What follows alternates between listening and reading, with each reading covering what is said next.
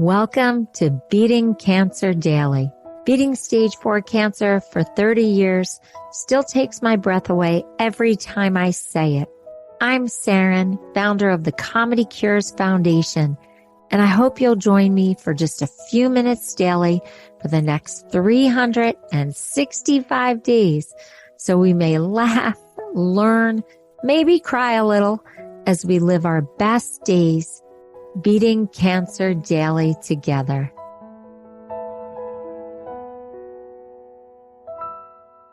You know, we all remember when we were diagnosed and how for some of us it could be a relief. But for me, it was a relief because I thought I had cancer for many years. And for some people, this is just completely terrifying and overwhelming. But to hear someone who is in the process and they've settled in and they're going through it, and their opening comment to you is, "Oh, I only had radiation today." It's such an amazing thing to hear because we all remember being so terrified about, radiation. And then once you settle in and you're in I had to do 44. And so you hear Missy Hall, who is a ComedyCures comedian and just a darling human being who performs all over the country, literally just said to me before I turned on the microphone, "Oh, it's okay. I just had to do radiation today." Like, "Oh, I just had to walk my dog."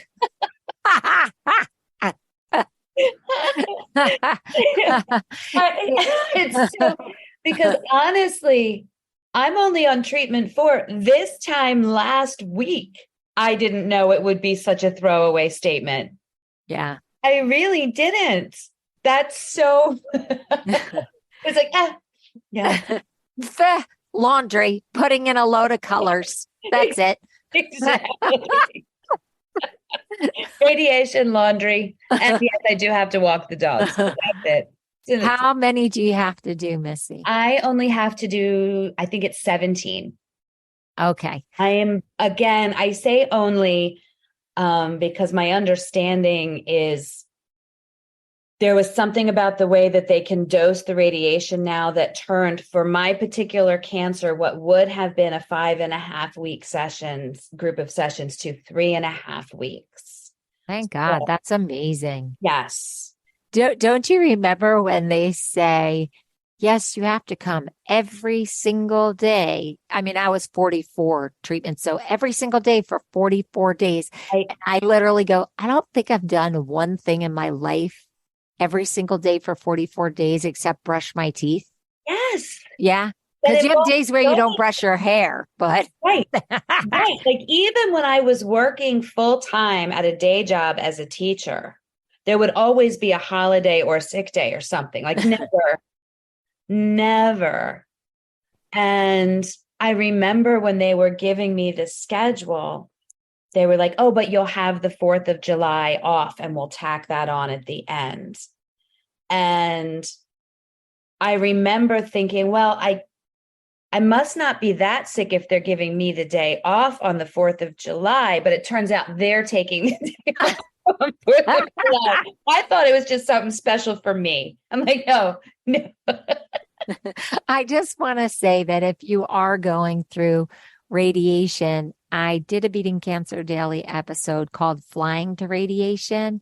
And it's just this really fun strategy that I did because I had to travel from New Jersey to New York 44 days in a row, except for weekends. And so I just tried to make a game and fun out of it. And I do talk about that on that episode. So you might want to check it out if you are at a stage where you're going to do radiation or you are doing radiation.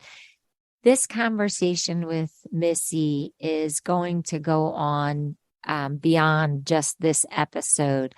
I just want you to know that I've already talked about her before, and she just has been part of the ComedyCures family, meaning she is a comedian who has performed at our patient and caregiver and frontline worker shows. So for those of you who haven't had the pleasure to hear Missy perform, she really does so much about her own family, her own relationships, growing older, and just relatable daily life events. And so she really resonates with audiences because she has this authentic connection and authentic material. Now, when she was diagnosed with breast cancer, she started throwing in navigating her own journey with cancer into her act.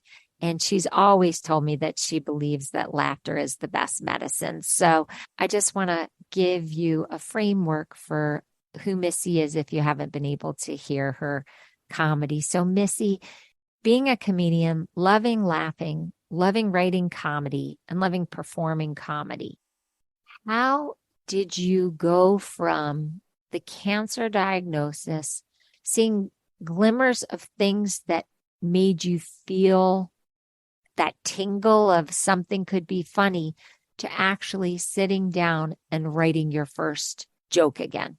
Do you know it? I hadn't thought about that until this very moment. Things were percolating in my head. But there were moments when the people working with me at the cancer center would see that I was a comedian. And I don't know why this is choking me up, but there was this wonderful ultrasound tech who asked me if I had a card in my purse, because I had on my hospital gown with my purse over my shoulder. And she goes, because I'd love to come see you someday. And this is a woman who is doing her job with mammography all day and knows the state of mind I'm in, was walking me down the hall with her arm around me. And at that moment was like, she sees me as a person. She sees me as a comedian. And that kind of felt that come back. And when I was public with my diagnosis, people who are just fans, on Facebook and stuff that I haven't even met would message me and say, I know you are going to be cracking up all of the other patients and cracking up your doctors and cracking up audiences. And I didn't feel that way. Like, I didn't feel like cracking anybody up. Did that make you feel pressure of any kind? That's what I was going to say. My first thought was, this isn't funny. I'm not being funny right now. I'm not doing comedy right now. But that wrapped up in when I would go in and things that I thought would be funny, kind of universally, whether you have cancer or not, things that happen in hospitals, things that happen in doctors' offices, awkward moments, things like that. Instead of just thinking of them as my own funny experience, like everything else that's in my act started going in the notebook. And then that's when I was like, okay, those little winks from that ultrasound tech and from people on social media that for a moment felt like too much. Suddenly, I think that was, spiritually telling me like, no, this is still here. This is still here for you. And sometimes hearing that from the people who don't really know you and love you personally is a bigger push than your comedian friends or your husband or your kids go, no, you can still do this. Having the world say, we're ready to hear this from you made me right. And that made me right. And so I've been journaling everything. And some of it has already made it onto stage. And Can you give us an example sure. of one of the bits? Yes. One of them was the day that the surgeon told me, look, we are going to be able to treat this. We can manage this. And he's like, and the silver lining of this is you're going to have the breasts of a 20-year-old. And my joke is, well, she's going to be really mad.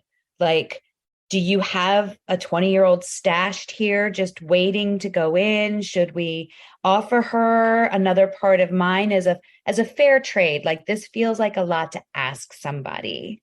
And, and then my radiologist, the first thing he asked me was like, who's your favorite comedian? I went, who's your favorite radiologist? You watch the latest radiologist special on Netflix, and things like that it's been, and they're well received on stage. So it's been nice because for people that have either been in those kind of appointments or know somebody, or even just are uncomfortable with cancer being talked about. Because the minute I'm on stage and I tell everybody that I'm going through breast cancer, there's this like moment, I'm like, no, I'm going to be okay. And then they hear that, it gives them permission to be like, okay, yeah, that is pretty funny. How long did it take before you went on stage from the time you were diagnosed till when you stepped back on a comedy stage? She's laughing, everyone. I just don't know if you can hear because she threw her head back and just started giggling so hard. So I'm just giving you a play-by-play in case the mic is not picking up. She's like crying, laughing. I was on stage 4 days later.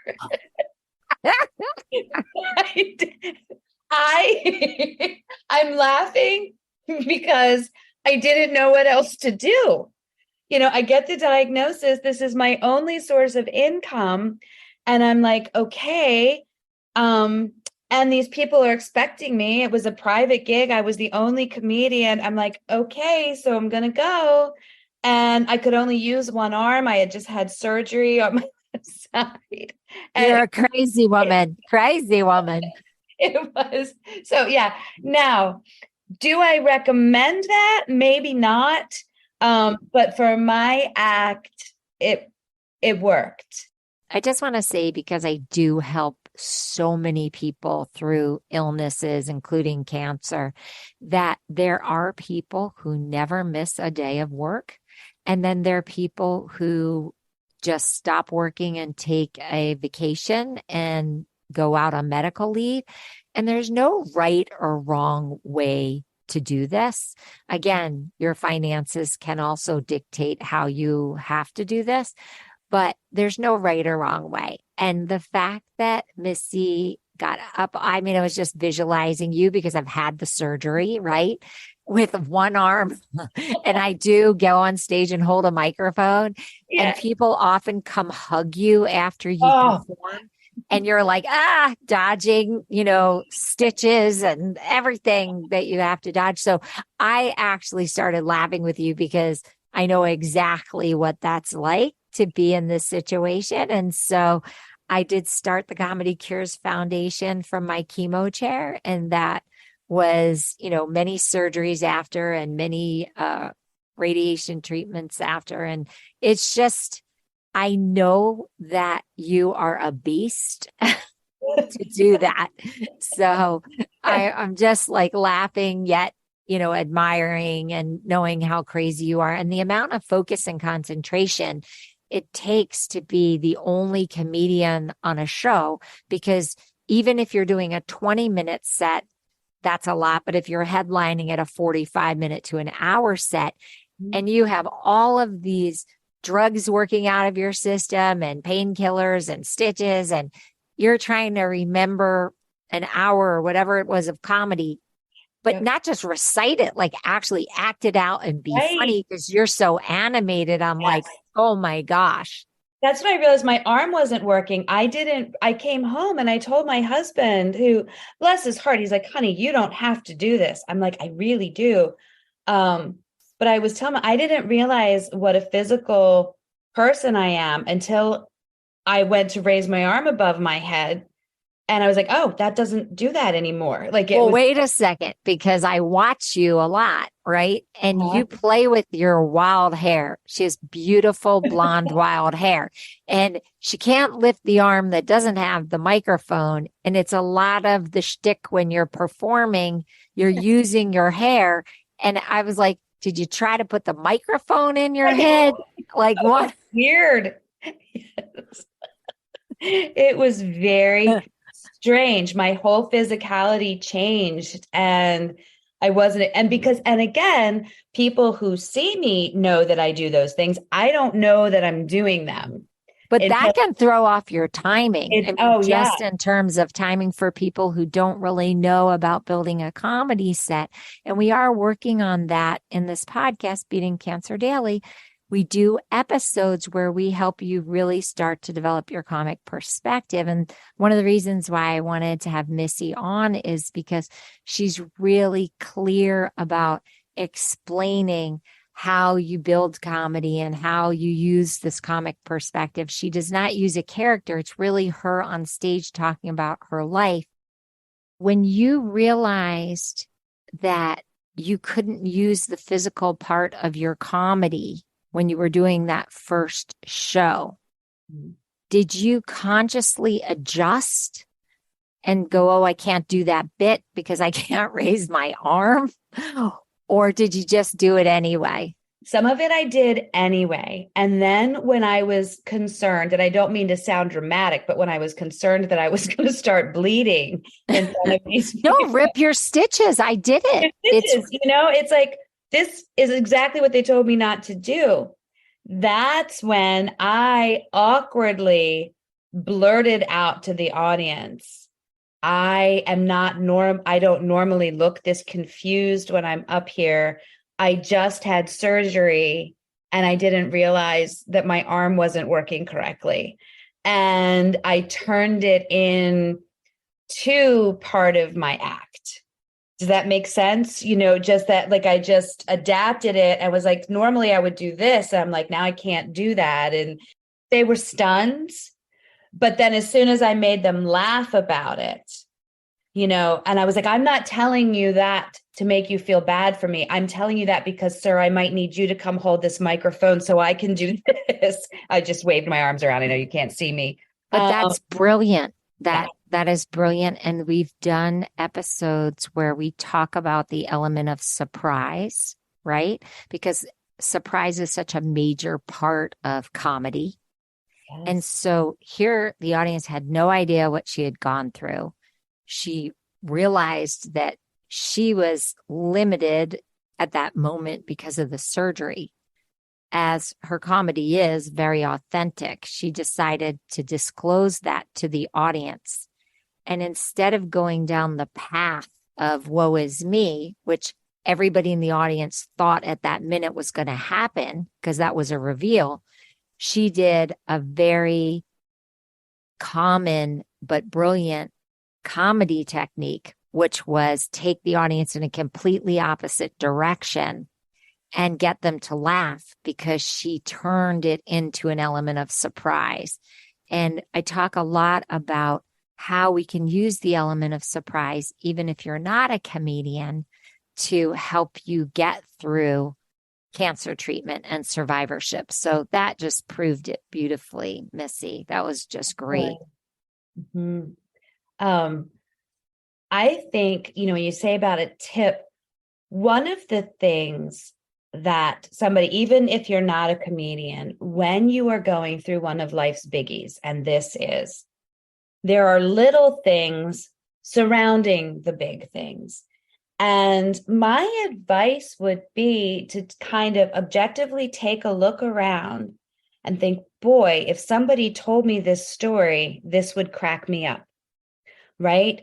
That does two things for you. Not only does it activate the comedian that lives in your brain, but it also helps you still yourself a little bit in what can be a scary situation, right? You kind of get out of your own way for a little moment and be like, wow, this is a really big thing going on. But I hear an alarm somewhere and no one's running. Like, should somebody be running to that alarm for the patient in the room next door? So just something that you observe that might not even have anything to do with your own incident at the time, but is part of your doctor visit or something like that. I think your ability to look at a situation from 360 degrees is part of your comedy genius because you see it from your own perspective, but then you see it the way your husband would see it, your kid would see it, your dog would see it. And I think that the point that you're making is just a really great technique that comedians do because they try to find the funny. And ComedyCures has done a program called Finding the Funny, where we just really dig in. And that's what Missy's talking about. It might not be funny, but can you look at it from outside of your own situation and see the humor in it or see how you could make it funny? So I just want to thank you, Missy. I say this over and over again. It is such an honor to be on this cancer journey with you and that you will come and spend time at Beating Cancer Daily and break this up into micro conversations because it is a bite-sized podcast. So if you're just loving hearing Missy's perspective and her journey, I want to invite you to find her on social media and to visit her weekly show that she does with her husband. And we're going to just get all that information in a second. But I want to invite you to come back and listen to more episodes on Beating Cancer Daily. And we're just going to continue to be on this journey with Missy because it's just so authentic. She's so honest about it and so fun just to talk to. If you haven't heard other episodes with Missy, please scour through and find them. And hopefully we'll get to talk to you more and more. But let's tell them, Missy, how they can find you on social media and also on your weekly show. Absolutely. My Facebook fan page is where you can find my weekly show with my husband. And that is under Missy Hall, Queen of Happy Things is that Facebook page. I also post a lot on my personal page, which is Missy G Hall on Facebook, and anybody is welcome there as well. Instagram is Missy G Hall, and my website is just missyhallcomedy.com, and that will list the social media connections, but also shows in the area. But for those of you that would really like to just come join my husband and I on date night on our couch on Tuesday nights at 8 Eastern Standard Time, just go to Missy Hall, Queen of Happy Things, and find us there. So if you would love to connect with Missy, just go to ComedyCures.org, hit the contact button and say, please give me all of Missy's information, or hit the record button. And you know what? You can ask us questions. And the next time we sit down and talk to Missy, I'll make sure that we talk about what you're thinking and get some more humor and some more tips and some more wisdom from comedian Missy Hall. I hope you have a blessed day, and I'll see you tomorrow. It was so great connecting with you today. If you'd like to connect more, go to ComedyCures.org and check out the Beating Cancer Daily membership levels. It is so fun to meet up with all of you at our many different events. We have live virtual Q&A sessions with me. We have live ComedyCures comedy events, live Health Builder workshops with Jackie Bryan, RN, and myself, a robust monthly newsletter, plus much more. So just go to ComedyCures.org and look for the membership level that feels right for you. And don't forget, you can also give one as a gift to your patient if you're a doctor, to a friend, to a family member. It really makes a very unique and personal gift. That's ComedyCures.org and sign up today. Thanks so much. See you tomorrow.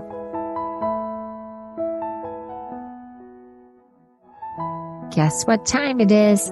It's time for me to read the disclaimer. Beating Cancer Daily and the membership circle are not in lieu of medical advice or treatment. They are for entertainment purposes only. Please consult your healthcare team to review your best strategy. Thanks for listening.